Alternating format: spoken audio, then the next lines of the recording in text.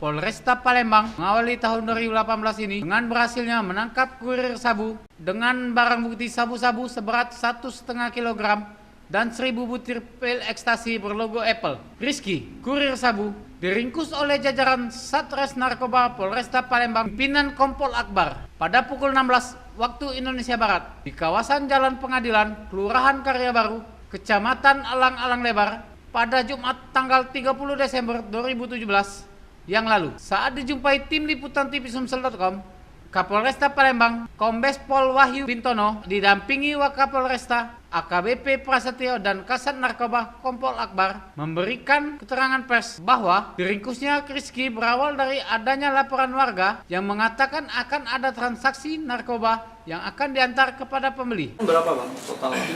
Ya, jadi kalau diuangkan ini kalau untuk sabu itu kurang lebih 1,8 miliar rupiah.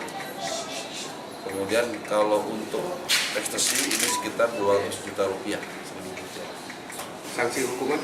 Sanksi hukuman untuk pengenaan pasal 116 ini minimal 6 tahun, maksimal 20 tahun penjara. Untuk pasal 114 minimal 5 tahun, maksimal 20 tahun penjara. Ini Undang-Undang 35 tahun 2009 tentang narkotika. Pelaku asli orang Palembang? Ya, pelaku sesuai dengan identitas yang dimiliki berasal dari Kecamatan Alang-Alang Lebar. Masih kurir jatuhnya bang?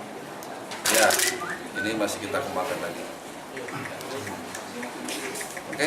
Sampai saat berita ini diturunkan, jajaran Polresta Palembang masih terus mengembangkan kasus ini. Reporter Agustin Silpi dan kamerawan Hotman Ferizal TV Sumsel.com mewartakan.